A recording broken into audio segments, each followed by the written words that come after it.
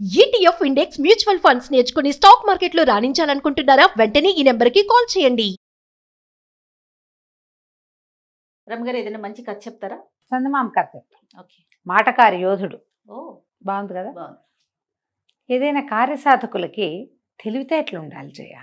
ఖచ్చితంగా ఏదో రకంగా చేసేయటం కాకుండా తెలివిగా చేస్తే ఇంకాస్త బాగుంటుంది. తెలివిగా చేయటం, తెలివిగా మాట్లాడటం అవన్నీ చాలా కావాలి నిజమండి కదా. ఈ రోజుల్లో అసలు చాలా అంటే ప్రతి ఒక్క దాంట్లోనూ తెలివితేటలు చూడాల్సిన పరిస్థితి. ఎవరికైనా తెలివి ఉంటేనే ఆ సక్సెస్ అనేది చాలా స్పీడ్గా అవుతుంది, స్మార్ట్గా అవుతుంది. అవుతుంది. అదే పైగా మాటకాడతానం ఉంటే మరీ బాగుంటుంది. చెప్పనక్కర్లేదు, మనం నేర్చుకోవాలి. ఎవరు ఆడియన్స్ కింద కామెంట్ పెడతారు, మీకేం రమగారు మీరు నువ్వు జయ మాటలు నేర్చుకోవాలా నేర్చుకోవాలి జయ, మనం కూడా నేర్చుకోవాలా అని క్వశ్చన్ మార్క్స్ పెడతారు చూడండి. పూర్వం అట రోమ్ నగరంలో ఓ రాజుగారు అద్భుతమైన వాడు ఉండేవాడు. ఆయనకి పరమాద్భుత సౌందర్యవతి అయిన ఒక కూతురు ఉండేది. రాజుగారు అందరు అమ్మాయిలు బాగుంటారు, అదేమిటో. అందులో మీ స్టోరీలో మరీ అందంగా ఉంటారు అమ్మగారు. అయితే ఆ ఊళ్ళో ఒక యోధుడు ఉండేవాడు, భలే పరాక్రమశాలి. అయితే ఆ యోధుడు ఎప్పుడో ఒక్కసారి చూసి యువరాణి ప్రేమలో పడ్డాడు. అవుతుందో అవుదో, ఆవిడ మన సొంతం కాపోవచ్చు, కానీ నువ్వంటే నాకు ఇష్టం అని చెప్పేయాలని ఉంది. సరే వీడు ఏమనుకున్నట్ట, దేశాంతరం వెళ్ళి సంపాదించుకురావాలనుకున్నాడు. ఈ యోధులు వాళ్ళు వేరే దేశాలకు వెళ్ళి అక్కడ పెద్ద పెద్ద పదవుల్లోకి ఉంటూ ఉండటం అవన్నీ ఆ కాలంలో జరిగేవట. మన కథల్లో కొన్ని చూస్తాం మనం. అట్లా వాడు ఎక్కడికో వెళ్తాడు, అక్కడ పెద్ద పేరు తెచ్చుకుని బాగా సంపాదించుకుని సొంత ఊరు వస్తాడు. అదే పేరు అదే ప్రతిష్ట సొంత ఊళ్ళో ఎందుకు వాడికి రాలేదో మనకు ఎప్పటికీ అర్థం కాదు. మనం ఇప్పుడు అమెరికా వెళ్ళటం లాగా. బాగా చెప్పారు. సేమ్ అప్పుడు కూడా ఉండేవి. ఈ రోమ్లో ఉన్న యోధుడు వేరే దేశం వెళ్దాం అనుకున్నాడు. అతను పెట్టుకున్న time line 7 years, time bound 7 years. సరే ఒకనాడు బాగా ప్రయత్నం చేసి యువరాణిని ఒంటరిగా దొరకపుచ్చుకుని ఏం చెప్పాడంటే, నేను ఎప్పటి నుంచో మీకు చెప్పాలనుకుంటున్నాను, మీరంటే నాకు పంచప్రాణాలు, చాలా ఇష్టం నాకు. భగవంతుడు అనుకూలిస్తే మిమ్మల్ని సొంతం చేసుకోవాలని కూడా ఉంది. కానీ నేను దేశాంతరం వెళ్తున్నాను, ఎప్పటికి తిరిగి వస్తానో తెలియదు. భవిష్యత్తు ఎలా ఉండబోతుందో, నాది ఎట్లా ఉంటుందో మీది ఎట్లా ఉంటుందో, కానీ నా మనసులో జనించిన ఈ ప్రేమని తెలియజేయాలనుకున్నాను నేను అన్నాడు. అయితే యువరాణి ఒక నిమిషం ఆలోచించింది, దీర్ఘంగా అటు ఇటు చూసింది, ఒక నిట్టూర్పు విడిచింది. ఇంత మాట చెప్పావు కనుక నేను కూడా ఒక మాట చెప్తా. నువ్వన్నా నాకు చాలా ఇష్టం, అబ్బో, కానీ నువ్వు ఇప్పుడు వెళ్ళిపోతున్నావు, నేనేం చేయను అంతే. అంటే యోధుడు అన్నాడు, సరే నేనంటే నీకు ఇష్టమే కదా, 7 సంవత్సరాల్లో నేను తిరిగి వస్తా. 7 ఏళ్ల తర్వాత సరిగ్గా ఇదే రోజు నేను వస్తా. అప్పటిదాకా నా కోసం వేచి ఉండు. ఒకవేళ నేను రాకపోతే ఆ మరుసటి రోజు నీ దారి నువ్వు చూసుకో. ఎట్టి పరిస్థితుల్లోనూ ఈ రోజుకి తిరిగి వస్తా. నేను జీవించి ఉంటే తిరిగి వచ్చినట్టు అంతే. 7 ఏళ్ళు చెప్పాడు. ఆ యువరాణికి అప్పటికే 18 ఏళ్ళు 17 ఏళ్ళు ఉన్నాయి. యోధుడు మర్నాడు తెల్లవారే తట్టపుట్ట సర్దుకుని యువరాణి ఇక నాదే అని వెళ్ళిపోయాడు. నేను నీదాన్నే అని ఈవిడ స్థిమితంగా ఉంది. ఈ యోధుడు వెళ్ళిపోయిన కొద్ది రోజులకి హంగేరియన్ రాజుగారు ఈ రాజుగారికి, రోమ్ రాజుగారికి ఉత్తరం రాశారు. మీకు ఫలానా ఒక సౌందర్యవతైన కుమార్తె ఉందని నాకు తెలియొచ్చింది, ఫోటో కూడా చూసాము, మీ అమ్మాయిని నేను పెళ్లి చేసుకోదలుచుకున్నా, మీ ఊరు వస్తున్నాను, కాచుకోండి వచ్చి అన్నాడు. ఈయన ఆశ్చర్యపోయాడు, తర్వాత సంతోషించాడు. హంగేరియన్ రాజు, ఒక రాజు స్వయంగా మీ పిల్లని పెళ్లి చేసుకుంటానంటే ఇక్కడ రాజకుమార్తె అక్కడ ఏమవుతుంది, మహారాణి అవుతుంది. ఆయన సంతోషంగా చంకలు గుద్దుకుని ఆనందంతో కూతురు దగ్గరకు వచ్చాడు. అమ్మాయి, హంగేరియన్ రాజుగారుట నేను పెళ్లి చేసుకుంటాట, మరి ఏం చేద్దాము అన్నాడు. వాడు బాగా ఆలోచించి, నాన్న 7 సంవత్సరాల సమయం, 7 ఏళ్ళ వరకు నేను పెళ్లి చేసుకోదలుచుకోలేదు చెప్పింది. 7 ఏళ్ల తర్వాత ఆయన ఏ రోజు వచ్చినా నేను పెళ్లి చేసేసుకుంటా, 7 ఏళ్ళు నా టైం అనేసరికి అప్పట్లో లేట్ మ్యారేజ్లు సహజమేట. వాళ్ళకేమంత 27 వచ్చింది 31 వచ్చింది లెక్కేం లేదు. సీనియర్ సిటిజన్లు కూడా పెళ్ళిళ్ళు చేసుకునే రోజులు అవి. సరే రాజుగారు ఉత్తరం రాశారు హంగేరియన్ రాజుగారికి, మా అమ్మాయి ఏదో వ్రతం పట్టిందండి, 7 సంవత్సరాలు కావాలంది, ఈ లోపల ఏమిటో చదువుకుంటానంటోంది, మరి వివాహము అది అయ్యి మహారాణి అది అయిపోయాక అవంతా కుదరవు, కాబట్టి ఈ 7 సంవత్సరాలు మీరు మాకు సమయం ఇవ్వాల్సింది, 7 సంవత్సరాల తర్వాత మీరు వస్తే మాకు ఎటువంటి అభ్యంతరము లేదండి అని. రాజుగారు కూడా సరేననుకున్నాడు. ఈ లోపల ఆయన 1-2 పెళ్ళిళ్ళు చేసుకున్నాడేమో. ఈ ఫలానా రోము సౌందర్యవతి అయిన యువరాణి వివాహం మాత్రం 7 ఏళ్ల తర్వాత నాతో జరుగుతుందని ఫిక్స్ అయ్యాడు. 7 ఏళ్ళు గడిచి హంగేరియన్ రాజుగారు రోమ్ యువరాణిని పెళ్లి చేసుకోవడానికి గుర్రం వేసుకుని ఒంటరిగా బయలుదేరాడు. తనే వెళ్ళి తీసుకొద్దాం అనుకున్నాడు. ఈ వెళ్తుంటే దారిలో ఈయనకు ఒక యోధుడైన ఒక యువకుడు తగిలాడు. మరి దారిలో ఎప్పుడు తోడు ఉండాలి చూడు, ఒకళ్ళే వెళ్ళకూడదు. ఈ యోధుడు రాజుగారు చేరుకో గుర్రం మీద వెళ్తున్నారు, మీరు ఎటువైపు వెళ్తున్నారంటే రోము అని చెప్పుకున్నారు. అన్ని దారులు రోమ్ వైపే దారి తీస్తాయని నవ్వుకున్నారు. సరే కలిసి వెళ్దాం, కబుర్లు చెప్పుకోవచ్చు, కలిసి వెళ్ళచ్చు, ఏమిటో చేయొచ్చు అని సరేననుకున్నారు. ఇద్దరు కలిసి వెళ్తున్నారు.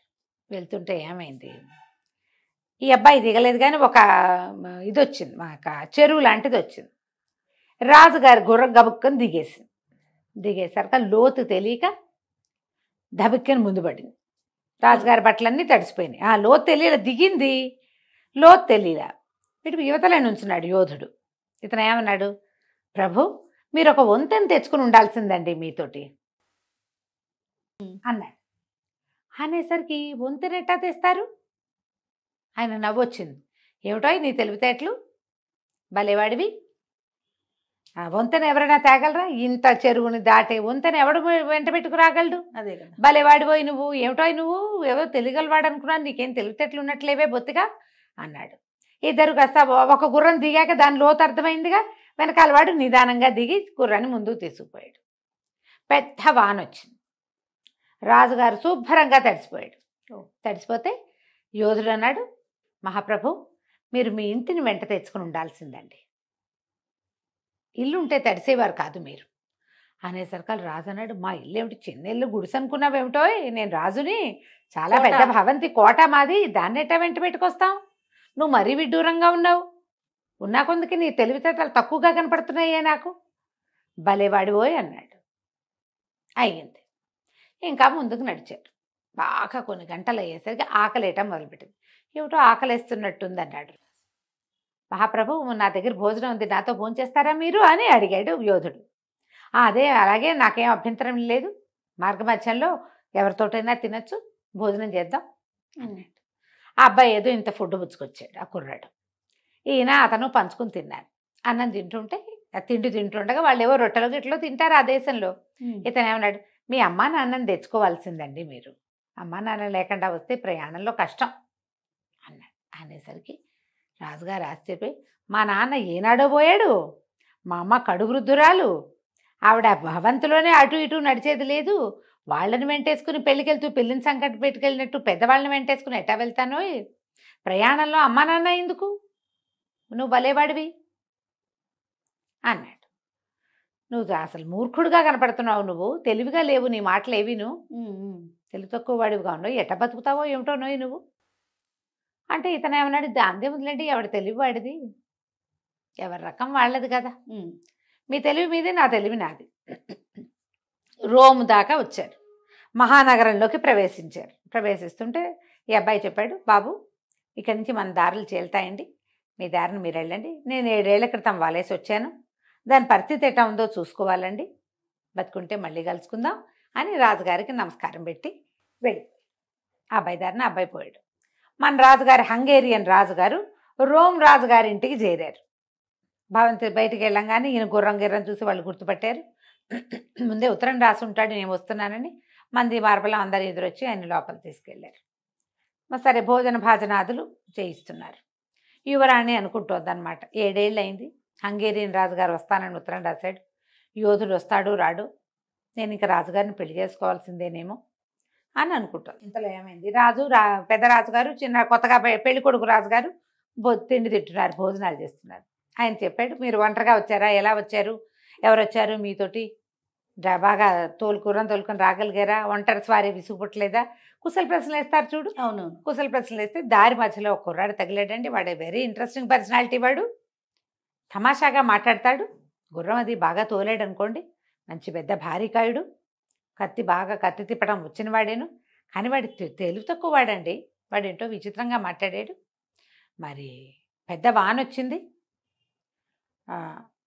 మీ ఇంటిని తెచ్చుకోవాల్సిందండి అన్నాడు. ఇంటిని తెస్తారండి ఎవరైనా అన్నాడు. అనగానే ఈయనకి డౌట్ వచ్చింది. మరి అంటే వాన వస్తే ఏమైందండి అన్నాడు. నేను తడిసిపోయాను అన్నాడు ఈయన. కుర్రాడు అన్నాడు. వాడు సంచిలోంచి ఒక దుప్పటి తీసి కప్పుకున్నాడండి అని చెప్పాడు రాజు. కుర్రాడని మా రాజుగారు అడిగితే చెప్తున్నాడు అనమాట. అంటే వాడు దుప్పటి తీసి కప్పుకున్నాడు. ఇతను అన్నాడు, ఇల్లు అంటే అదేనండి, తలదాచుకునే స్థలం. వాడు ఆ దుప్పట్లో తను తలదాచుకుని తల ఒళ్ళు తడవకుండా చూసుకున్నాడు. అదేం తెలివి తక్కువ మాట కాదండి. ఇల్లు మీతో తెచ్చుకోవాల్సిందే అంటే ఇంట్లో ఉండే వస్తువు ఏదైనా ఒకటి నీతో తెచ్చుకోవాలి. అది అదే. దుప్పటి కావచ్చు, ఏదైనా కప్పునేందుకు గోరుపట్ట కావచ్చు. వాడు తెచ్చుకున్నాడు చూడండి, అందుకని వాడు ఆ మాట అన్నాడు. అక్కడి నుంచి ఏమోనండి, అది తెలివిగా ఉందంటారా ఆ మాట అని మేమిద్దరం నదిలో దిగామండి. నేను లోతు తెలియలేదు, నాకు ఆ గుర్రం ముందుకు పడినంత పని అయింది. కాస్తుంటే నువ్వు ఎటో పడేవాడిని నేను. అప్పుడు కూడా వాడు అట్టాగే అన్నాడు, వంతెన వెంట పెట్టుకు రావాల్సిందండి అంటే నిత్యం తెచ్చుకోవాలి వంతెనే అక్కడ అనేసరికి వంతెనేటా తెస్తామని నేను అన్నానండి. అంటే కరెక్టేనండి వాడు అన్నది. ఎందుకంటే వంతెన అంటే ఏమిటి, నీటిని సులువుగా దాటే మార్గం జనరల్గా అర్థమయ్యేది. వీడి పాయింట్ ఏమిటిది, మీరు ఒక మహారాజు, ఒక నది దాటడానికి నది లోతెంతో తెలుసుకోవాలంటే ఒక సైనికుల్లో ఇద్దరు సైనికుల్లో దింపి తెలుసుకుంటారు జనరల్గా ఎవరైనా. మీరు ఎవరినైనా సహాయం తెచ్చుకుని ఉండాల్సిందని వాడి ఉద్దేశం అయి ఉంటుంది. వాడి ఉద్దేశం అది అయి ఉండొచ్చు, తెలివి తక్కువ మాట కాదు అన్నాడు.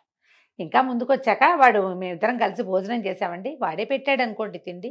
మీ అమ్మ నాన్నని తెచ్చుకోవాల్సింది అన్నాడు. మా నాన్న ఎక్కడన్నాడు, మా అమ్మ ఎంత వృద్ధురాలు, అమ్మా నాన్నని తెచ్చుకుంటామా ప్రయాణంలో, వాడు మూర్ఖుడేనండి, మీరు ఒప్పుకోవట్లేదు కానీ అన్నాడు. వాడు మూర్ఖుడు కాదండి, మీరు తిండి ఎవరిది తిన్నారంటే వాడే పెట్టాడు.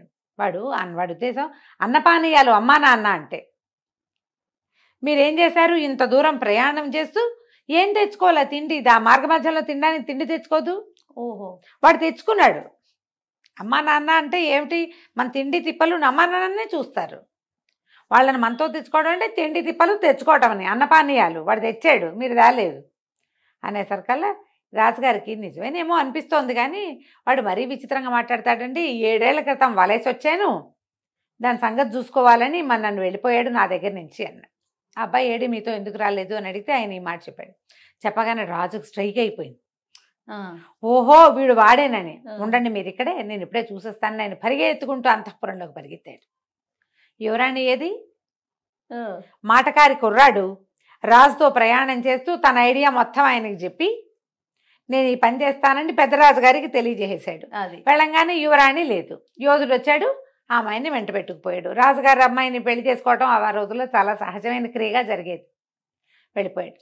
రాజుగారు పెద్దరాజుగారు కాళ్ళు ఇడ్చుకుంటూ హంగేరియన్ రాజుగారి దగ్గరకు వచ్చారు. ఏమంటే మనం పెళ్ళి ఎప్పుడు పెట్టుకుందాం అని అడిగాడు హంగేరియన్ రాజుగారు. అడిగేసరికల్లా రోమ్ రాజుగారు చెప్పాడు, ఇంకేం పెళ్ళండి, వలేసాను అన్నాడు కదా, ఆ వల్లో చిక్కిన చేపను వాడు పట్టుకుపోయాడు. మీరు మా ఆతిథ్యం తీసుకుని మీరు కూడా మీ ఇంటికి వెళ్ళిపోండి. ఓకే, మా అమ్మాయిని 7 ఏళ్ల తర్వాత పెళ్లి చేసుకోవడానికి వచ్చిన వాడేనండి, వాడే మీతో తెలివిగా మాట్లాడాడు. రాజు అనుకున్నాడు వాడు చాలా తెలివైన వాడు.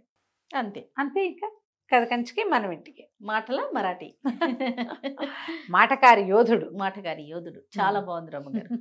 నమస్తే. నమస్తే.